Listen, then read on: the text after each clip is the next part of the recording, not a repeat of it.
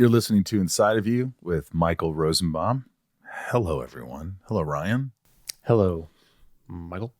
We just had an interview with a psychic medium, the famous John Edward. So that was awesome. That will air down the road. It was really interesting. You know, it says, yeah, is there anybody who lost their life, maybe to alcohol? Or I go, yeah, my Aunt Honey. Stephen, that's her brother.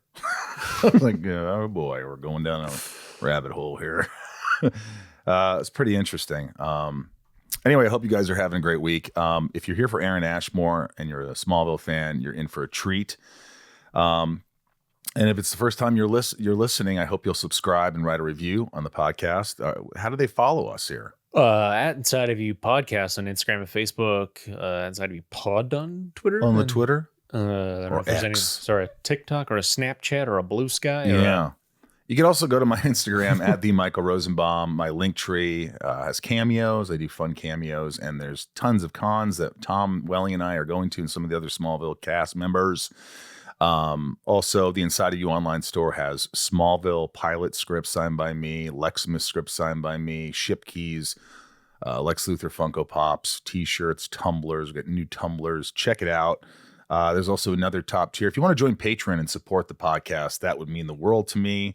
You're giving back to the show and helping us out so we can continue this little show. Patreon.com/inside of you. There's a new tier called the How Deep Is Your Love tier.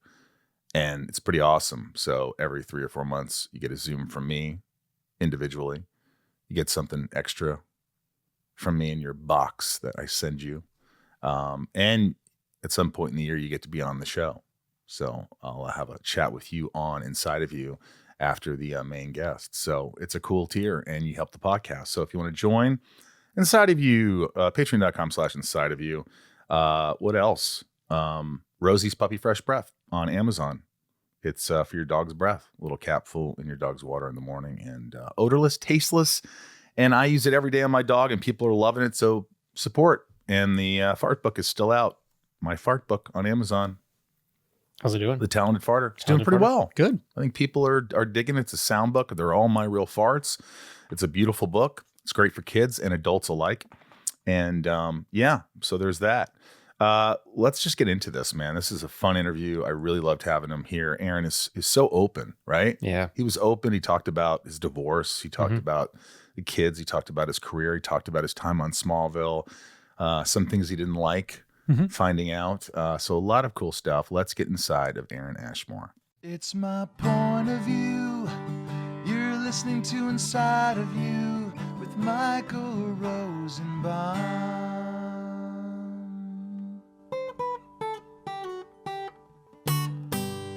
Inside of You with Michael Rosenbaum was not recorded in front of a live studio audience.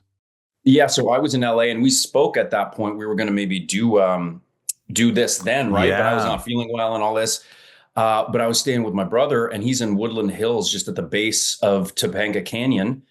And, obviously the fires have been close and we were watching everything, but we were fine. And when I flew home, Shawn dropped me off at the airport. When I got home, I texted him, thank you so much for, having us, great trip, all this stuff. And he said, we've been evacuated. And I laughed, I was like, oh, you're joking. And he's like, no, seriously, we got evacuated about 5 hours after you left. So... And they were fine, it was all good. It's all fine, but scary how quickly that stuff can change and how powerful those fires are. It's insane. It was insane. It was just like, and you're seeing friends' messages and, my friend Kimmy lost her house, her and Chad. And, a lot of people think in the Palisades, it's all, rich people. And that's just not entirely true. And, of course, they were a hardworking family and, lost everything. All that was left standing was the chimney. So pretty. My brother's friends lost a business in the Palisades. They've been working on it for a decade. I was hanging out with Sam. Him and his wife own this business. 2 days later, gone.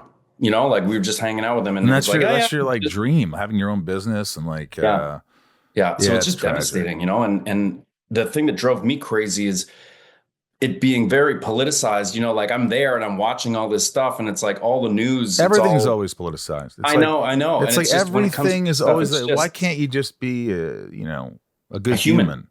That's it. Yeah. Well, speaking of good humans, Canada always has provided us with some great humans, you being one of them. We do what we can, Michael. Well, Canada seems, I mean, like you've been the best of both worlds. You've been here, you've been there, you live in Toronto. What would you say the big difference in terms of just overall feeling of living in Canada as opposed to living in the United States is? Yeah, that's really interesting. Yeah, I mean, the difference to me is it's easier to see when you're sort of backed out of it and you're sort of looking at like the maybe political landscapes and how things are different. But in how people are, I think a lot of time, especially in California, I spend a lot of time in California. To me, I mean, I don't see a big difference between the two. Obviously the bigger political elements and how the countries are run are maybe a little bit different. But I'm not always engaging in that. But people, when you get down to a human level, I feel like a lot of the time there's not a big difference. To people, I feel like in Canada, I don't remember people always coming up to me and asking me for an autograph or pictures during the show or anything. Do people come up to you still in Canada and say, "Oh, hey"? Sure, but it's always respectful. It's always real quick, like it's not, everybody always says, like if you're sitting down with your family, hey, didn't want to bug you, like maybe they're on the way out or while you're exiting or something, they'll just be like, hey man, just, really enjoyed the show or what, that type of thing. So it's pretty laid back. It's pretty respectful, I guess, in that way. Did you have a pretty good childhood where your parents always supportive and very generous and like I just saw your face. It's a little bit like, yeah. Well, both my parents, wonderful, wonderful, wonderful people, super, they were not into the arts or anything like that at all, but they were very respectful and supportive of what we wanted to do. I was actually thinking about this because I even though my dad was not an actor, I feel like a professional actor, I feel like in a lot of ways I learned to act from my dad. My dad was started out like, say, even in his job, he started out in the warehouse and worked his all the way up to like upper management later on in life. And people were always like, oh, your dad's the funnest, da, da, da. But truth of the matter is he was incredibly mentally ill, alcoholic, all this stuff. So I saw these different sides of like, oh, you can present yourself in a way that is very different from reality and see what that looks like. So I think on some level, even as a kid watching those things, I sort of understood human behavior and sort of acting, even not outside of a professional element, but just in how you can present yourself in these different ways and people respond to you in different ways. So my parents were lovely. My dad was a lovely man. Oh, is he not around? He's not around anymore? He passed away about 3 years ago. Cancer got him. How hard was that for you? Very, very, very. Obviously, difficult to see somebody you care so much about, and it's your dad. And again, like I said, my dad had his issues, but he was a good guy. And then so that's just obviously difficult to watch through. But also, like, I got kids now, and knowing that they were never going to get to have the any sort of bigger relationship with him, super difficult. And also, I think a lot of people experience this when their parents pass away, as any things that you may have wanted to work out or settle, figure out, well, they're gone now. And there's no going back. There's no fixing those things that you may have wanted to, or saying the things that you wanted to, or didn't know how to say at the time. So that stuff gets me a little bit, things that I wish I'd said to him, conversations I wish we could have had. And of course, having him watch my kids grow up, Yeah, no, it is. It's tragic. And,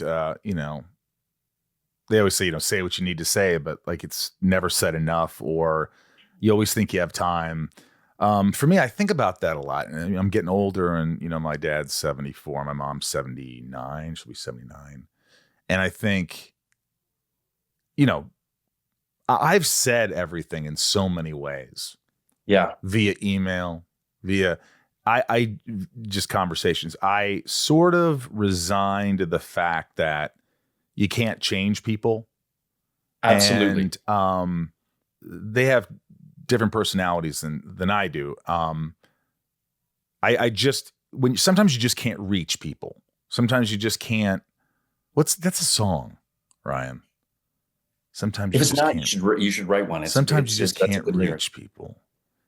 But yeah, I felt like I asked myself that. It's like, what would you say? It's like, it does. I can't say anything that's going to change anything. There's no point in it. For me, there's no point. And maybe for you there was, but I have, you know, I've told my parents I love them. I've been a good son. I'm sure, you know, I have flaws, but I hope that when that time comes, I don't have regrets of like, I could have done this, I should have done that. I really feel like I'm in a good place with that.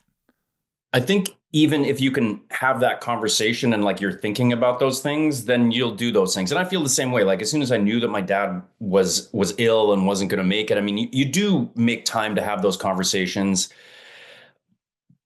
But for some reason, it's just, I mean, it just is, it's life. It's finite, right? You just never have enough time. You can never, and I also feel like you can never say those things too many times. Like I still like occasionally just be like, I just want to hang out with my dad today. I just want to like say, you know, have a conversation, call him on the phone, you know? And it's like, everybody feels like that when they miss somebody, but it's hard to understand that until you've actually gone through it. And 100%.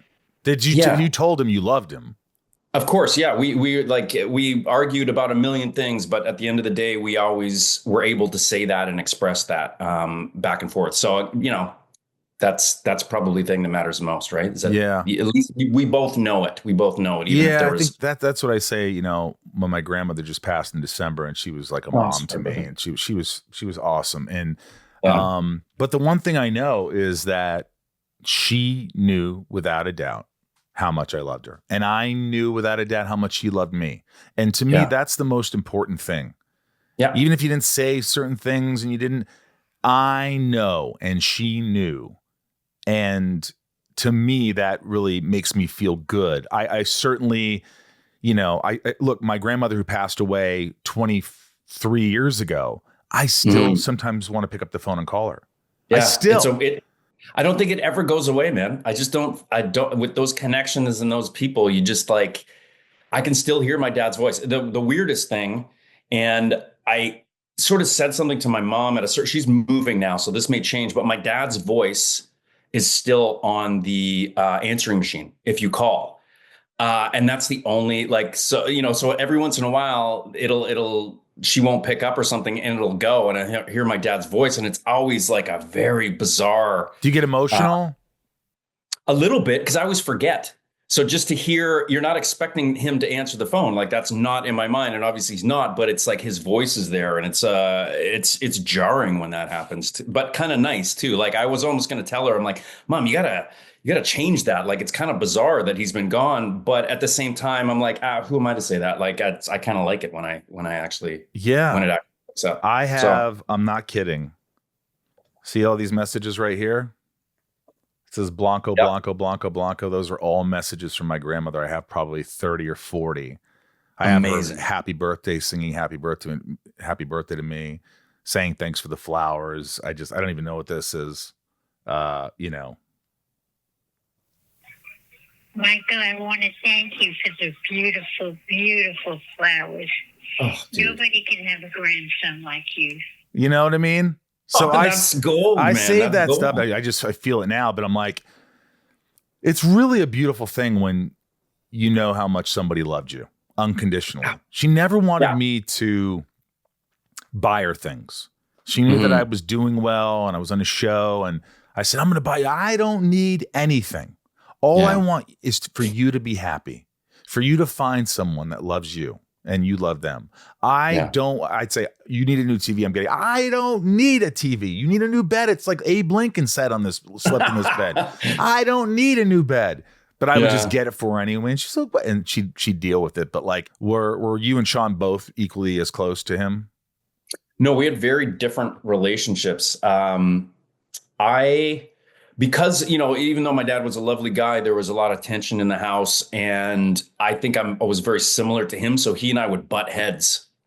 And Shawn was the peacekeeper and still is. Like, our personalities, like Shawn is very much like let's make it, let's smooth it over. Let's make it, he's more that side where I'm like happy to argue, happy to get into it. If I see something I don't like or people aren't talking about it in some dynamic, I'm like, guys, what the hell's going on? Like, you can't just ignore this, can't sweep it under the rug.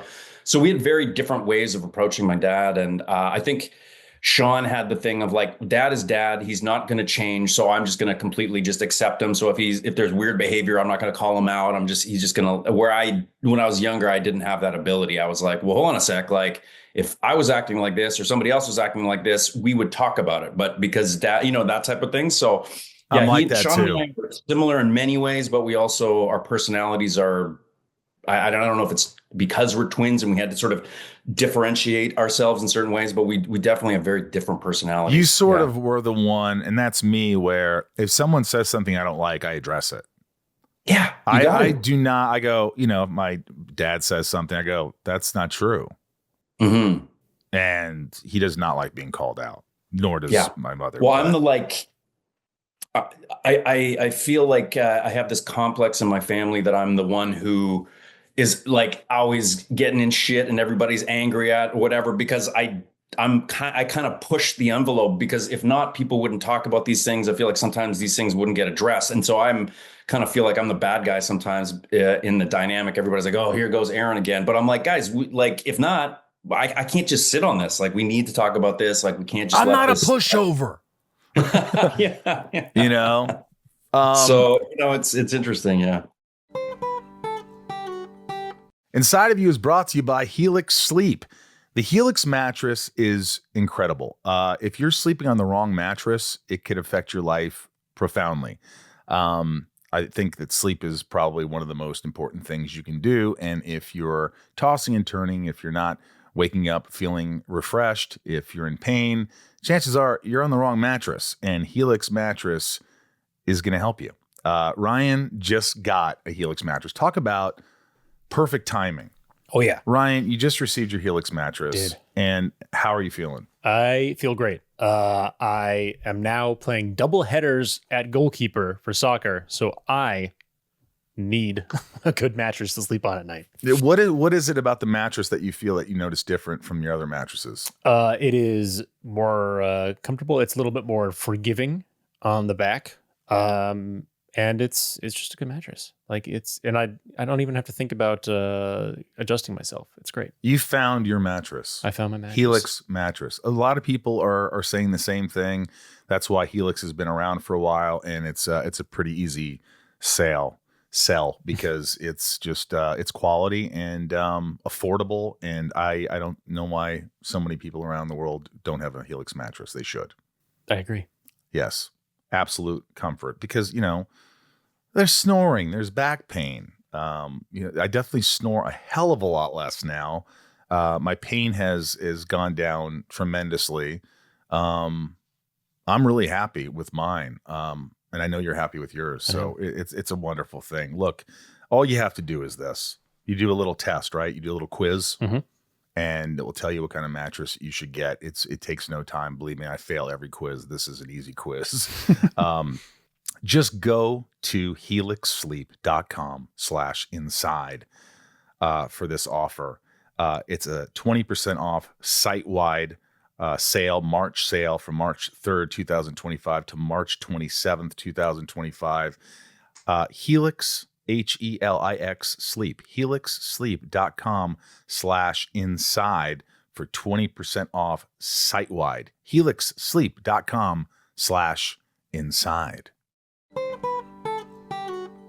Growing up, was there a rivalry with you and your brother? Was there constant outdoing each other? Yeah, I mean, I think on the surface, we would say that we got along really well, and we did in a lot of ways. Love each other, like very, very good friends. But being twins, everybody wants to put you in the same box. You're not allowed to be individuals. You're the twins, right? Like that's what people, hey, twinnies, hey, it's the twins, all this sort of stuff.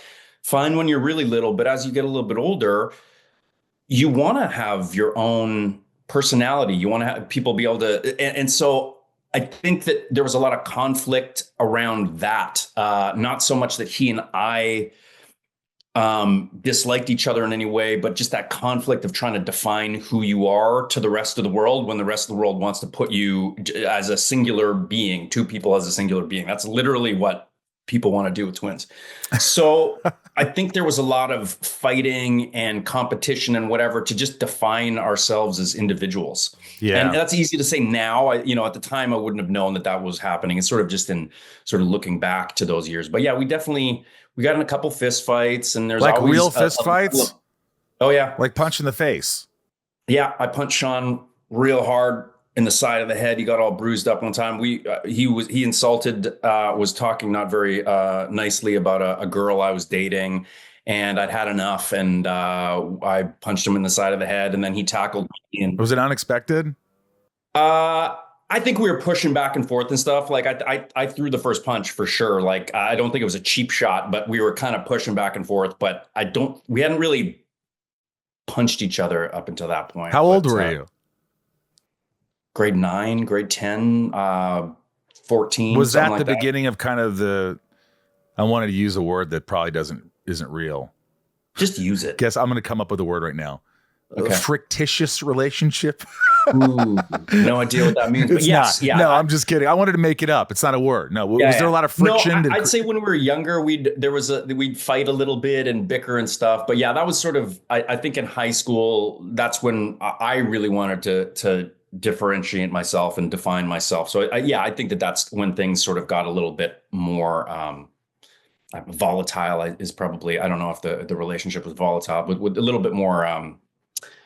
Yeah, we were fighting a little bit more in high school for sure. And our friends would egg us on, right? Like they'd just be like, they'd say, who's hey, the tougher twin? Aaron, did you hear what Shawn said? He was talking, you know what I mean? Like, even though that never happened, and then we'd fight, and the guys would love that and stuff. So yeah, you always get egged on too. So you've had the bigger temper out of the both of you, which is funny because knowing you, and I haven't known you that long, but on Smallville, and we'll talk about that. I was like, this is the nicest guy in the world. But well, you don't fuck with you. Sometimes you don't like to get fucked with. Yeah, that's it. Like, I'm totally cool most of the time, but I also, like, if somebody's doing something that I don't like, I have no problem stepping in. Here, I'll give you an example. Something that happened this year, and I feel like I'm like, oh, why am I talking about this? But it sort of plays into it. So I work out at a gym close by to my house. Been there for about 6 years, and there's this big dude there, this big trainer, super loud. It's like a little boutique gym. He's always cursing and swearing. There's a lot of older people in the gym, 60s, 70s, and a lot of women and stuff. And this guy's just big and loud and brash, always swearing, da-da-da. But nobody messes with him because he's big. Exactly. And he's a trainer there. So you're like, okay, whatever. So I've been hearing this swearing and just being obnoxious for a year. And eventually one day I just had enough. And I said, hey, like, I called across the gym. It's not a big gym. There's a bunch of people there. And I was like, hey, man, do you mind like just cutting the cursing out? Because it's like, I'm here to work out. I'm not here to listen to you guys like talking shit and cursing and all this sort of stuff. And instead of him being, sorry, brother. Yeah, absolutely. We keep it down. He said, oh, when I'm done here, we're going to have a conversation. I'm going to sit you down and have a conversation. And so I stood up and I walked over and said, well, what are we going to talk about? I asked you to stop swearing. Like, that's it. Like, that's it. There doesn't need to be a conversation. And he said to me, well, this is an adults only gym, so I can say whatever I want. And then my thing was like, well, that's the stupidest fucking rule I've ever heard. And he said, well, you're swearing. And I'm like, well, dude, you said we can say whatever we want. And then he proceeded to kick me out of the gym, like canceled my membership, all that sort of stuff. So it's just those things where I'm like, and again, as I'm being kicked out, people are like, what's that all about? Like, oh, it's a couple of older people. And I was like, oh, this trainer's just, I asked him to stop swearing, and I kind of, was a bit of a jerk about it, but I'd had enough of it. And they're like, oh, that guy, yeah, he's loud about that and all sorts of stuff. So it just is what it is. Sometimes when I see something, I'm like, and I could have done it in a more respectful way, but I could hear the song playing in the background. It was no more Mr. Nice Guy. No more Mr. Clean. Is that Alice Cooper? That's Alice Cooper. Yeah. So that's I think I heard that was my soundtrack. So just things like that. Yeah, it's like no, but that's dude, I'm not gonna. That's huge. Of course, I had the same thing with some guy who was way bigger than me, and he was just really laying into me and like being a jerk. And I finally said, "Listen, if you do it again, I'm going to punch you in the face. And I'm telling you right now, you're going to kick my ass, but you're going to bleed. I'm going to get one in. So and I was so upset. He got me because I wasn't mad at first. And he just goes, all right, take it easy, buddy. Look at this guy. Like that. But like he backed off. But I was telling him, I go, you do it again, I'm going to punch you in the face. That's what's going to happen right now. I was so upset. Yeah. Well, sometimes I think that's healthy too. You know, it's like sometimes people say that, you know, aggression is bad and all this sort of stuff. And I do, like, you know, you have to control it. But I think there sometimes are legitimate responses to other people acting in a certain way. And you know, we all have different ways of figuring out what that, but I'm like, sometimes a little bit of an aggression or anger or whatever is the correct response in situations, right? Yeah. So I know it's tough. Look, you've done so many things. I mean, I loved Warehouse 13. I thought that was dope. Killjoys. You done Veronica Mars. How was Kristen Bell working with? Amazing. She really is amazing to work with. I tested for that show for one of the regulars. And so I'd read with Kristen and I'd sort of met her and auditioned with her. And from day one, I was like, this girl's super cute. Like she was just, and her energy and stuff too, just super cute. Very cool. And she was just so good. She brought something to it. I was like, this girl is going to be a star, you know, like I was just like, she's great. I didn't get booked that role, but then they said, hey, do you want to come back and do like a few episodes as like sort of like a love interest sort of for Kristen the first few episodes. And I was like, absolutely. Like I am there. So yeah, it was great getting a chance to work with her and meet her. And I still remember the first, so I did the first season of Veronica Mars. And then the next year was when I booked Smallville. So, and I think it was also the first year that it went from like the WB to CW. I remember going to a big party and seeing all the Veronica Mars cast there being like, and they're like, what are you doing here? And I was like, oh, I'm on Smallville now. So I was just like, we'll be seeing you guys around. And Erica was there too. That was the first time I met Erica. And yeah, so. I had such a crush on her and my buddy ended up marrying her. But like, there was one moment where she says that I just blew her off. And I don't remember that. I never would have blown off Kristen Bell. Oh, of course, you're friends with Dax. Yeah. Yeah. And then we met. She met him through me. I think they met one time before, but like at the hockey game, we were at a hockey game and she was there and Dax, she asked me for his number or something. Or no, he asked me for her number and I gave it to him. Yeah. And that was it. So I'm responsible. Did you audition for, I think we talked about this. You didn't audition for Jimmy Olsen, did you? I did, yeah. It was like the easiest audition process. There was one scene, I believe it was one scene. Put it on tape, did like, one or two takes. It was a pretty straightforward scene. And that was it. I got a call 2 weeks later being like, hey, hop on a plane to Vancouver. You're going to play Jimmy Olsen. So it was like the easiest auditioning process. But you didn't think you were going to get it. In fact, when you were going into this audition, what were you thinking? Well, I was like, what's the point in me auditioning one of my twin brothers who has already been prominently featured on the show as a bad guy? Like, there's just like, it seems pointless. But everybody was like, you know what? It's a great role. Like, maybe they'll see you for something else. You know what I mean? If you do a good job, maybe they'll be like, hey, we could see you for something else. So that was literally, I almost didn't audition because I was like, this seems like a waste of time. But it surely was not. Were you shocked when you got it? Yeah. Oh, yeah. Because I was like, how is this going to work? I think when we spoke on the other thing, too, I was like, there's got to be some sort of reference. We have to make a little reference about like Clark or Chloe being like, have we met before or something like this? Because I was like, I look so much like Shawn. But yeah, I don't know, man. I don't know. Were you kind of fooled at first, Ryan, when you saw him? Were you like, wait a minute? Well, I'd been prepped. You were prepped. But there was a little comment, wasn't there? Was there a little comment? No, I wanted to say so. I sort of pitched something. Oh, didn't you improvise something? Well, I wanted to say like just something like if Clark has been like, have we met before? Like even just something as small as that. And it's like, no, but they didn't. I said, we got to say something like this. But I think it was James Marshall was directing the episode maybe. And he was like, he did not respond to that at all. No smile, no nothing. I was like, all right, never mind. It's my first day here, so I won't push. I always find that if you're going to say something and add something, never ask. Yeah, just Never do it and then, fucking ask. Just do it, and it's either gonna be like it's the first time they've heard it, and they're like, they look around, and everybody else is smiling or laughing. They're like, "Oh, okay," because it's a confidence thing. They don't really believe. They're like, "Oh, well, you know, you just got to do it." Yeah, I totally agree with you. If they don't like it, they just don't have to use it, right? You don't have to, but at least you get to do what you want to do. Did you ask Shawn about how his time was on Smallville before you worked on Smallville?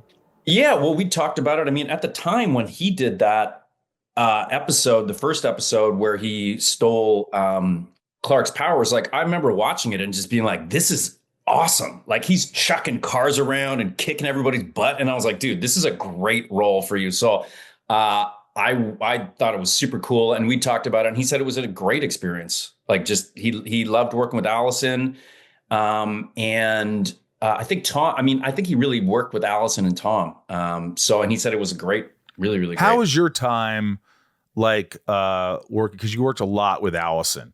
Was it easy to work with her? Absolutely, she was lovely. She was very like welcoming and inviting, and even her boyfriend Chad, like they would invite me out to go for hikes and stuff like that with their dog. She was super cool, and she is a very, very good actor. She's solid. She absolutely, she brings a lot to the character, and that was great to get a chance to work with her because she made it really easy. Yeah, she was always a joy to work with. Did she ever mention any of that stuff that she was doing? Did you ever know about it? Did she ever say, "Hey, you want to come for a meeting?" Well, in retrospect, like I did, I remember like some of the girls on set, not even some of the guest stars and come in would sort of talk. They were all sort of socially hung out and maybe some of that stuff, but I didn't really hear about it. I did go to a bunch of script readings that Allison and her friends had organized, and maybe some of that was part of that. I don't know, but you didn't feel any of that. You didn't know any of that was going on. Not at all. Would never have known. How shocked were you when you read the news? Dude, like my jaw was on the floor. Like it seemed like it couldn't be. Again, like I knew Allison really well for those 3 years. We worked together, and nothing in her personality would have led me to believe that any of this was possible. So it seemed like an alternate reality. It seemed like a, what are you talking about type scenario. Because in the beginning, it seems like, and I watched the documentary and everything, but oh, this is a good thing. They're helping people with their confidence and finding purpose and all these things. And you're thinking, hey, I could use some of that. But then you see where it goes and you see what the craziness, it obviously got really intense and crazy. And you're like, how does it become that? Why can't something just be good? Why does it always have to become something horrible? Yeah. Well, unfortunately, human nature, I think a lot of people are looking for something. They don't know what it is, and people will prey on that, like people have traumas, they have, whatever, families, all sorts of shit that they're trying to look for answers for. And there's always going to be somebody out there who's going to take advantage of that. Like, unfortunately, I think that's a huge part of, a lot of people's MO is sure, we'll help you, but we want, we're going to get something out of it. People always want something in return. It's not that nothing's that easy. Nothing is that simple. Inside of You is brought to you by Rocket Money. We talk about Rocket Money all the time because we love it. And I'm just saving you money here, folks. That's all this is. Rocket Money is a personal finance app that helps find and cancel your unwanted subscriptions, monitors your spending, and helps lower your bills so you can grow your savings. The start of a new year is the perfect time to get organized, set goals, and prioritize what matters most. And for me, a top priority is my financial wellness. Ryan, I know that is true to you too. Yep. And that's more important than ever. Thanks to Rocket Money, my goals feel achievable. They show me all my subscriptions right in one place and help me easily cancel ones that I forgot that I've been paying for. How many times have you do that? You watch a show and you're like, oh, I just want to watch this show on this streamer. And then I'll cancel it, but then you forget, and then you owe $200. Well, that's what Rocket Money's for.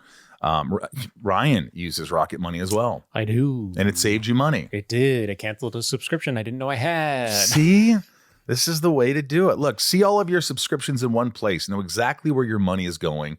For ones you don't want anymore, Rocket Money can help cancel them. Rocket Money's dashboard gives you a clear view of your expenses across all your accounts. What do you say? Rocket Money will even try to negotiate lowering your bills. Rocket Money will even try to negotiate lowering your bills for you. They automatically scan your bills to find opportunities to save, and then you can ask them to negotiate for you. And then you can ask them, okay, there it is. Rocket Money will even try to negotiate lowering your bills for you. They automatically scan your bills to find opportunities to save, then you can ask them to negotiate for you. They'll deal with the customer service so you don't have to. Rocket Money has over 5 million users and has saved a total of $500 million in canceled subscriptions, saving members up to $740 a year when using all of the app's premium features. You do not want to go without Rocket Money. Cancel your unwanted subscriptions and reach your financial goals faster with Rocket Money. Go to rocketmoney.com/inside today. That's rocketmoney.com/inside. rocketmoney.com/inside. Have you ever thought in your life, like, I want to do something else? I'm not enjoying acting anymore. I'm not enjoying the industry. I'd just like to do something else. Dude, I've gone on that roller coaster ride many times.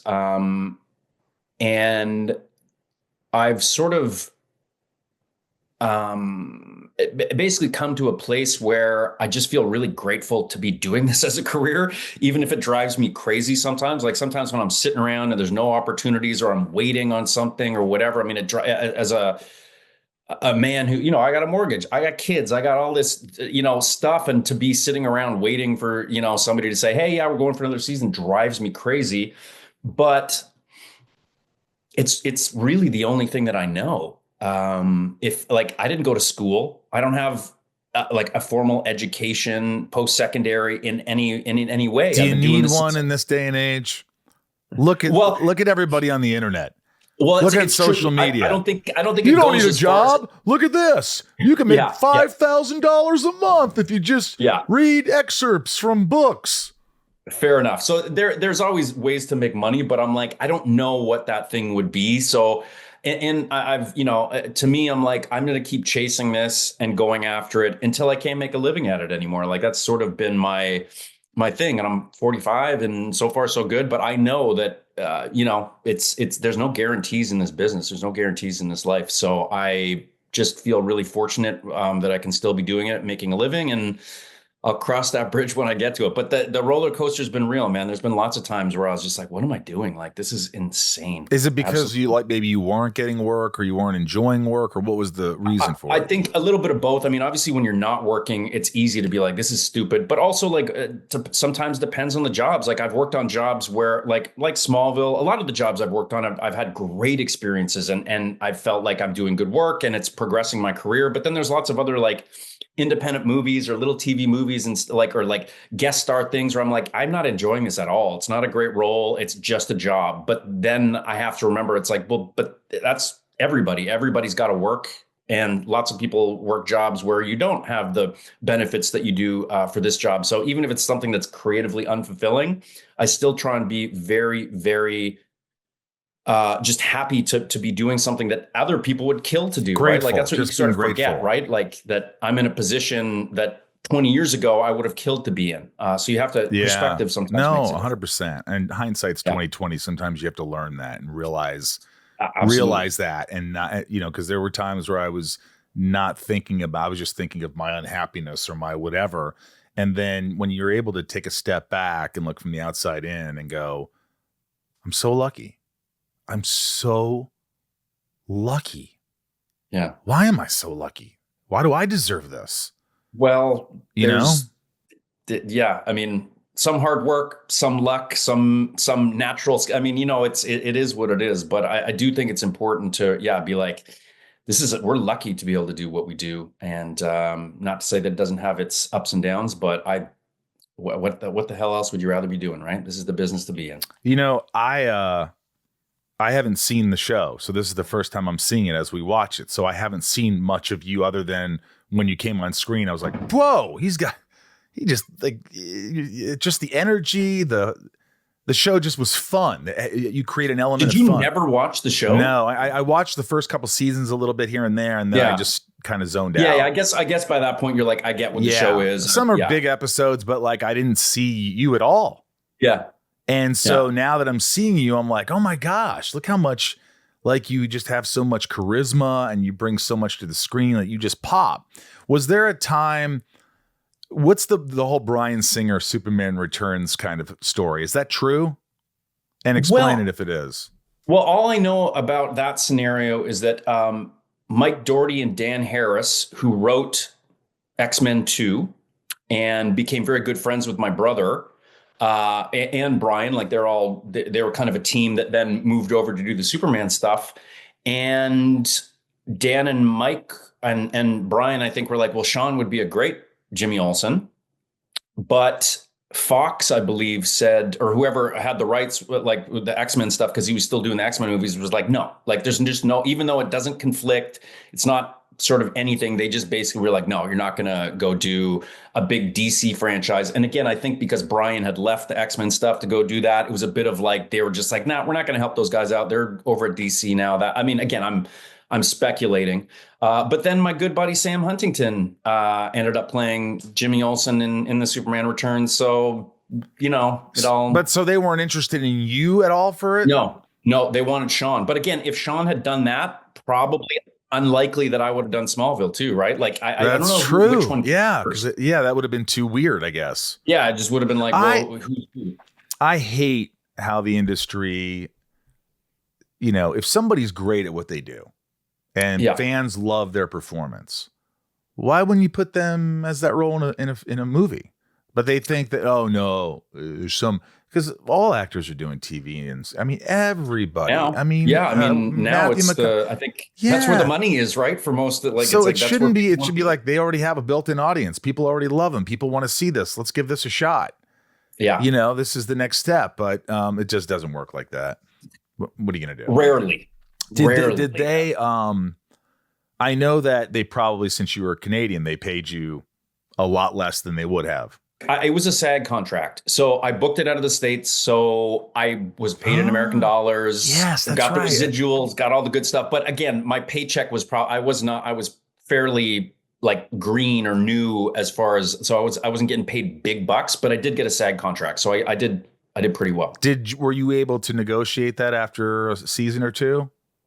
No, after no. It was like, I think the first season I was only on like as a reoccurring actor, so just top a show for the first season, and then the next two they signed me up as a season regular. And you didn't get an increase in pay for that? Yeah. When you get like, they're basically buying your time, right? Instead of just being, you can't do anything else. It's like they're basically, you know, buying you for that amount of time. So yeah. So I did okay. Do you get residuals still? Dude, like, it's crazy, actually, because I think I was done on the show. If 2008 was the last time I was on the show, that's like 17 years ago. I still get really decent results. You know, it is what it is. It's years and years, but it's crazy that to just get a check every once in a while for a job you did 17 years ago. Like, it's all right. it's unbelievable. What would you say is the toughest time in your life? Obviously, you lost your father. But what do you think is the hardest thing to get through that you've been working through?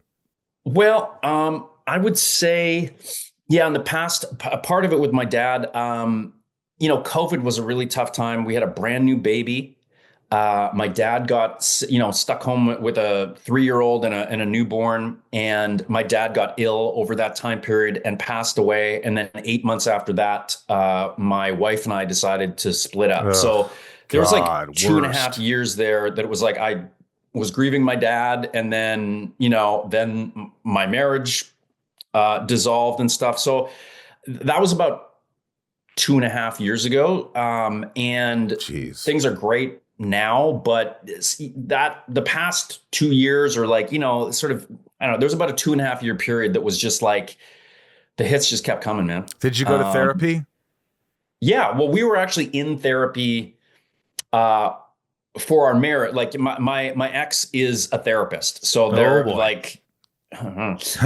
so there was always a lot of encouragement to do therapy. And so we did our due diligence with our relationship and our marriage too. We were probably in therapy for an hour. So a year before we ended up deciding that it wasn't going to work.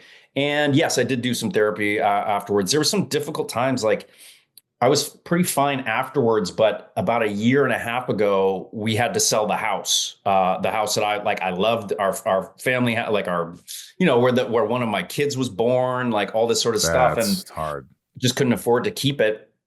And that sent me into like a tailspin for like a good 3 or 4 months. Like I was depressed, and it's like a weird thing because it's like, well, it's just a house and I'm going to be able to go buy another house and stuff. But it just represented something. It was like the last thing that our marriage, the true end of, it was like we'd done all this work on this house and whatever. And then finite, this is. Yeah, this is it, man. Like there's nothing left of this. I mean, the kids, of course, but sort of in our life together in a lot of ways. And that really spun me out for a good 2 or 3 months. I was like, just really struggling. But luckily my brother came and, helped me out. Like he was like, dude, you're in a rough patch, and some of my friends and stuff. And I got through it. But, yeah, sometimes those things hit you not when you're expecting it, like down it finally catches up with you. Yeah. And you don't know what to do about it. You're like so overwhelmed that you're like, I why do I feel like this? I can't get out of this.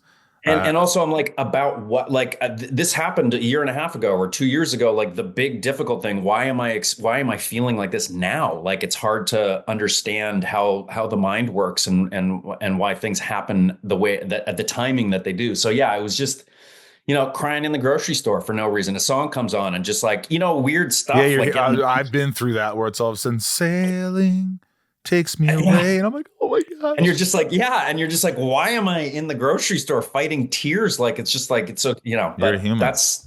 You have a tattoo that your brother you had and your grandfather had? Where is it here? What is it? Yeah. What are the initials of what?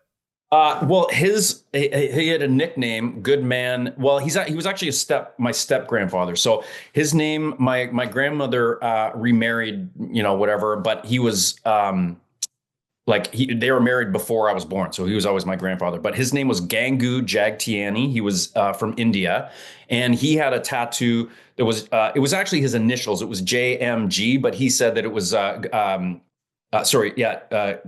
JMG, Good Man Jagtiani. So that's what he was always like. He was always the good man. So my brother and I got Good Man, GMA, Good Man Ashmore tattoos is sort of like a in a little nod to him. He was a great guy. I love that. How old was he when he passed? How old were you? Oh yeah, he was in his like late 80s. He was old. And I was Shawn and I were probably. This is probably probably about 15, 16 years ago. Right. Wow. So yeah, it's been a while. Yeah. You talk about therapy. Was that the first time you went to therapy with couples therapy sort of thing? During the relationship, not I'd been to therapy, but basically since I've been dating, my ex-wife, she was encouraging me to go, I had all sorts of stuff in the family and whatever. So yeah, I was going to therapy, not for us the whole time, just for myself to be in therapy and try and work through some stuff. How much do you think it helps, therapy? It only helps as much as you're willing to put into it. So my experience with therapy is that sometimes when I'm in the mood and I'm really wanting to change or engage with it, it can be very helpful. And at other times I kind of phoning it in. I didn't want to do the hard work. It's not that helpful. So I really think it is so much. You can't just be like, I'm going, like it's working. It's like, it's not. You really have to engage in it. You really have to look at the dark corners that you don't want to look at and put some work into it. Like that's, so I think it can be very helpful. It just depends where you're at and how much you're willing to put into it. This show is sponsored by Betterhelp. Who's your support system? For me, it's my family. It's my friends. They've always got time to listen and help me understand my situation better. In a society that glorifies hyper-independence, it's easy to forget that we're all better when we have a support system behind us. Therapy can be a source of support for any area of your life. Therapy from Betterhelp is so helpful for learning positive coping skills and how to set boundaries. It empowers you to be the best version of yourself, and it is not just for those who've experienced major trauma. Therapy is beneficial for everyone. Betterhelp is fully online. making therapy affordable and convenient, serving over 5 million people worldwide. You can access a diverse network of more than 30,000 credentialed therapists with a wide range of specialties and easily switch therapists anytime at no extra cost. It's really that simple. Build your support system with BetterHelp. Visit betterhelp.com/inside to get 10% off your first month. That's BetterHelp, HELP.com/inside. The title of the book, The Talented Farter. Yes. That's been a theme. Never. This is a wonderful story about a little boy whose only gift, his only real talent is tooting. He can make his toot sound like everything you hear in everyday life. So little Michael loved Halloween, but nothing frightened his friends more than when Michael would stink up a good scare. Can you hear that? Oh, I heard it. It is a lovely story, and it's beautifully illustrated by my friend Heath, and Simon & Schuster's putting it out. It's going to be in tons of bookstores and available on Amazon. I'm so proud of it. Your kids obviously mean the world to you, huh? Oh, dude, they're the best. I just couldn't love them more. And what do you do? Like, I mean, do you tell them you love them all the time? You give them unconditional love, Constantly. how proud you Constantly. are? Constantly. I come up all the time and I'll just give them a little hug. And before I'm even there, they're like, I know, Dad, because I whisper I love you in their ear, like constantly, like to the fact where they like, I don't even, they know I'm going to say it. So I don't know if it loses its power if you say it too much, but I don't care. I just want them to know that. I want them to, feel that. I also think that there's something that's interesting about having kids is like saying something to them, like, I love you and whatever. You have to do that, but it's also like their experience of what you're doing and your love comes through your actions, I think, even more so than saying it. So you could say all the right words, but if you're doing things that are in opposition to that in some ways, if you're not patient, if you're annoyed with them or whatever, that's going to go against it. So I almost think it's more important in your actions to be saying that you love them than in the words. 100%. Show them you love them without having to tell them you love them. Yeah. Yeah. But also then tell them. again, you still say it, but I think that then there's no confusion. There's no misunderstanding. They can feel it, and saying it is not feeling it. So I think there's a big difference there. Yeah. Making them feel smart, making them feel confident, making them feel worthy. Those are such vital things. And especially I think that dynamic between, father and daughter is amazing. You are their first. Well, I say this because I'm assuming that my kids are straight, but maybe they're not. Maybe that what their romantic relationships or their major relationships will be with a woman, whatever. But in my mind, I'm like, I don't want you to fall for some dusty idiot who can fly you to Cabo or something for the weekend just because he can do these things or whatever. It's like, I'm going to make sure that you are loved. I'm going to make sure that you know what you're worth. Or like, absolutely. Absolutely. Let me ask you this. That's the plan. Anyways. I didn't know this, but my friend Troy told me that Troy from Smallville. Yep. Yeah. How did you feel when you found out you weren't playing actually Jimmy Olsen? Because you were playing his his younger, his older brother. Why the hell did they throw that in the mix? I mean, I literally, what they told me was that, because this wasn't the actual like Superman timeline that is canon that we all know, it's sort of like slightly different. It's like, well, you cannot be Jimmy Olsen because it's too young. It needs to be like Clark needs to be older, and then he has to be like all this sort of stuff. Then change my name. Yeah. So at first I was bummed because I was like, well, I've been doing all these interviews for 3 years. People, hey, you're part of the canon. You're part of the, iconic, lucky people to play this Jimmy Olsen role. And I was like, yeah, this is great. And then all of a sudden I was like, I don't even get to freaking be Jimmy Olsen. I've been lying to people. I've been telling them this. So for you were 3 years. Pissed. I was disappointed. I was like, I didn't like how they did it. Because it felt like a bit of a cop out. It was, and they didn't tell me till like the very end of the season too. They could have told me at the beginning of the season, hey, this is what's happening. Like, I don't think it was a surprise. I don't think they came up with this out of nowhere. I think they knew that this was going to be the thing, but they told me like the episode before. So I was just like, it just feels like a shitty way to basically get fired. Is through this sort of like bizarre, like, well, you're not really and I was like, okay, like, what am I going to do? But yeah, I was definitely a little bit disappointed for sure. And they killed you off? Yeah. So did you know that? No. I didn't know that either. And Troy spoiled it. Troy. How upset were you when they killed you? Well, I actually liked the scene. The scene was great. You did. All right. That's good. And I was like, if I'm going to go out, I'm going to do some, we're going to pull on the heartstrings. We're going to get the tearjerker going here. Because I was like, if I'm going to go out, I'm going to make it count. So I actually really enjoyed the scene itself and like filming it. I was fine. But once you get over, I'll tell you a story about that day though.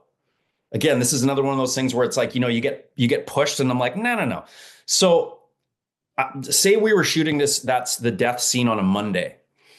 I show up to set and, usually you get your sides, which is the little piece of paper that says what's happening for the day, or scene of the order. It's got all your lines in it. You can go through it. What time's lunch, yada, yada, whatever. You get it every day when you show up. So I show up and it's my big death scene. It's a big scene. And the AD says, I'm like, hey, where are the sides? And they're like, oh, there's no sides today. And I was like, well, what do you mean? Like, why not? Well, on Friday, they'd been filming a scene and I guess none of the actors knew their lines. Like, it was just one of those things where it was a late night and it got dragged out and everybody was fucking up their lines and stuff. So James Marshall was directing at the time. He's like, no sides. Nobody's getting sides. If the actors got to know their stuff before they show up and all that sort of stuff. So I was like, okay. So I said to the ADs, I was like, I need you to print me out a set of sides because this is how I work. I look at it. There's beats and stuff that I like to reference, like sometimes the screen direction I don't have memorized, but it's like, it's just what I do. So I went in and they said, well, we can't do that. Like, we can't do that. James said, no. So I went into set and I said, hey, James, how come I can't have sides? Well, the actors, And I said, was I there? Was I there on Friday night? No. Do I fuck up my lines ever? No. So I was like, why are you punishing me, man? Like, give me my sides. This is how we work. This is how every set works. I want my sides. And guess what? I got my sides. And I was like, this is my death scene, bro. Don't fuck it up for me. Like, I really want to do this the best that I can. And this is what I need. And he was like, yeah, absolutely. Sorry about that. We'll get you the sides. Wow. Good for you. Good for you. Yeah. Yeah. That's crazy. I've had definitely some moments on sets on that. Well, it's a lot of egos and it's a lot of people, everybody's working towards the same goal, but sometimes we all get rubbed the wrong way. And sometimes you just have to say, no, that doesn't relate to me. That's just it. I was like, can't punish somebody when they didn't do something. It doesn't make any sense. And he agreed with me in the long run. He was like, yeah, no, you're absolutely right. I remember one time, I think it was like, well, you guys didn't know your lines yesterday. You were laughing. I go, no, I knew my lines. So-and-so didn't know right in front of them. They didn't know their lines, but yes, I was laughing a lot and making them laugh, but I knew my lines. Let's not. Yeah. Let's not get crazy here. Do not. All right. This is called Shit Talking with Aaron Ashmore. All right. So this is rapid fire. Some fans, my patrons, top tiers, patreon.com/inside of you. If you want to ask a question and support the show, appreciate it. Melissa M., what did you love most about your character on Killjoys? And do you still stay in touch with those from the series?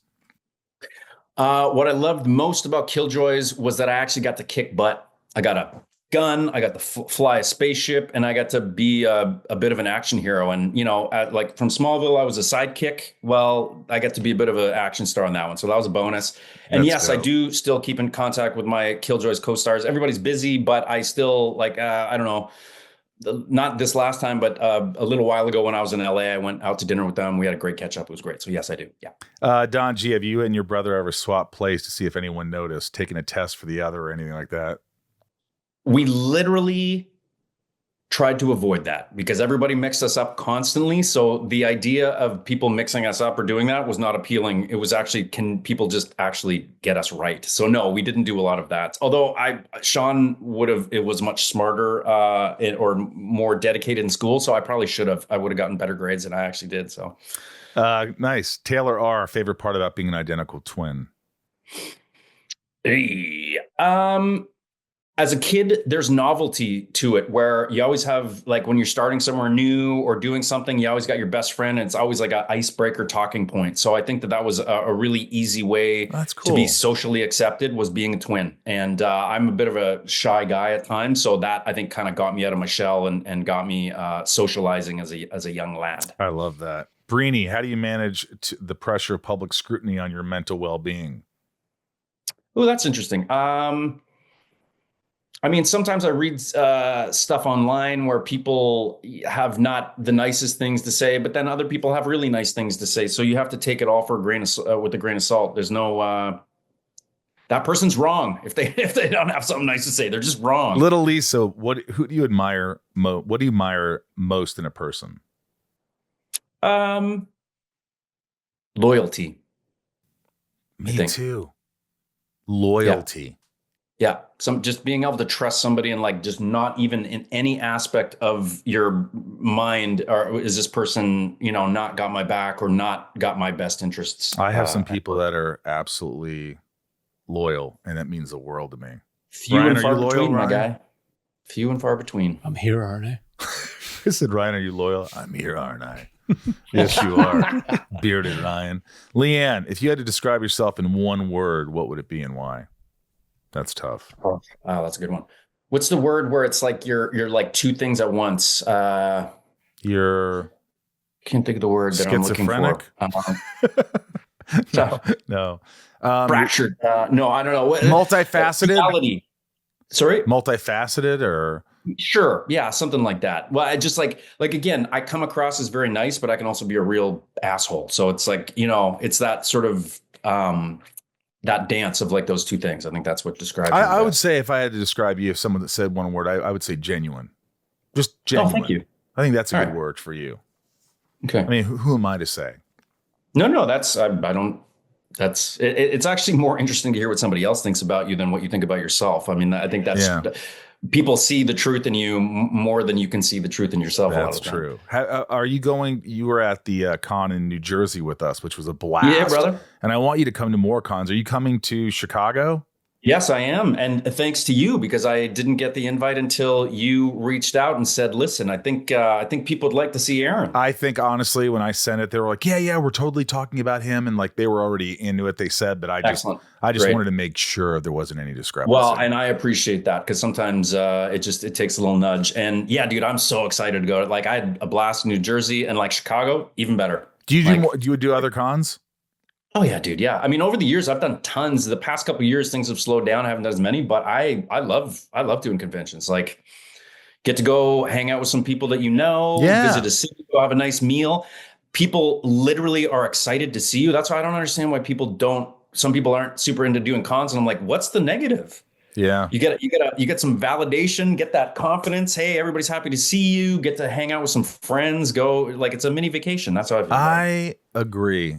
And what's great is I didn't know this at first, but it occurred to me that when we go on a vacation, we might go to Mexico for a weekend, or we might go somewhere but for these fans, this weekend is like they're Mexico or they're Italy, or they love it, whether it's cosplay or just they love to walk the convention. I'm one of those people. I love walking the convention. I go to conventions even when I'm not. I just went to the horror convention Monster Palooza in Burbank. I go every year with my friends, just as walking around and as a fan, and people recognize me and stuff. But I'm like, oh, hey, I'm just here as a fan buying. I buy things, and I dig it. Well, look, this has been awesome.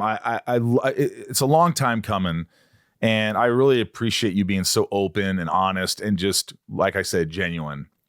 Thanks, brother. I wish we could have done it in person when I was there, but we'll do it again. We'll do it again down the road or something in person. And I wish you all the best, nothing but the best. And anything you're working on now?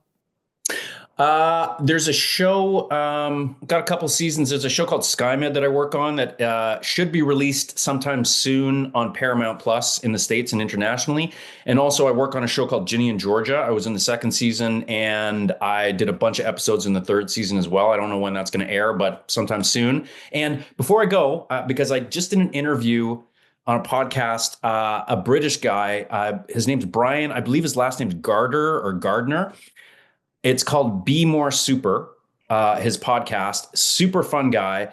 And we were talking, and he's a huge Smallville fan, but his podcast is about all sorts of different stuff, but he's a huge Smallville fan. And I said I was doing your podcast, and he said, well, I started mine after I'd sort of seen what Michael was doing during the pandemic and getting into podcasting and stuff. And he's like, I was so inspired that I started my own. That's awesome. And I said, well, listen, I'm talking to him, so I will at least pitch you, and I'll send you separately his contact information. He'd love to have you on. You do with that what you will, but I did tell him that I would at least mention it to you. So I'll send you his info. And I love hearing that. That's great that someone was inspired. Yeah, he's super inspired. He was if I inspire anybody, that's to me, that's a miracle. So, well, hey, you got one gentleman in Britain who you inspired. I like it. Well, dude, thanks for being here, and I'll see you hopefully sooner than Chicago, but I hope so too, brother. Yeah. All right, man. Keep in touch. You're awesome. All right. See you, Michael. Bye, Ryan.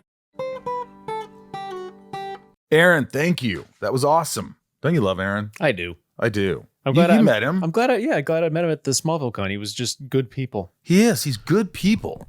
Yeah. When we were just sitting around at dinner once, and then we were playing this game where we were guessing the movie taglines, and he just sat with us and just joined right in, like no questions asked. It was really fun. Yeah. We did that in the green room. Yeah. We did it in the green with the other cast members. Yeah, that was fun. That was awesome.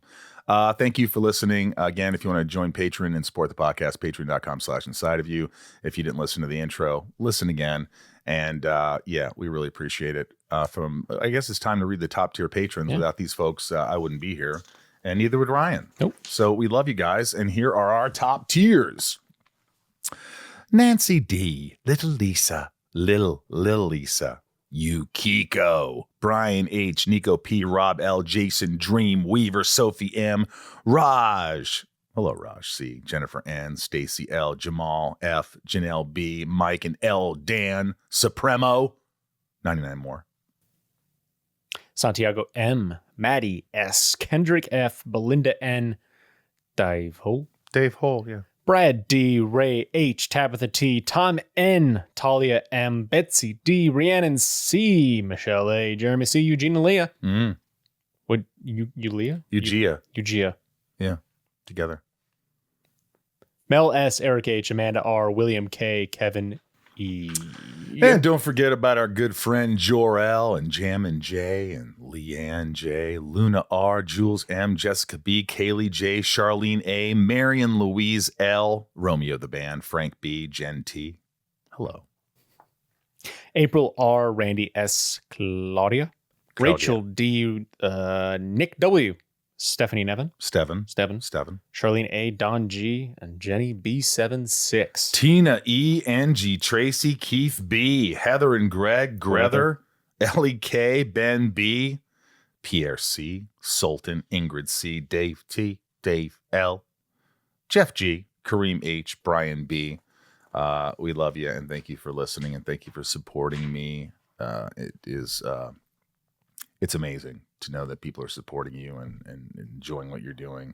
And I'll continue doing it as long as you guys keep supporting. So from the Hollywood Hills in Hollywood, California, I am Michael Rosenbaum. I'm Ryan Diaz. I'm here too. Little wave to the camera. We love you guys. Please be good to yourself. And I'll see you next week.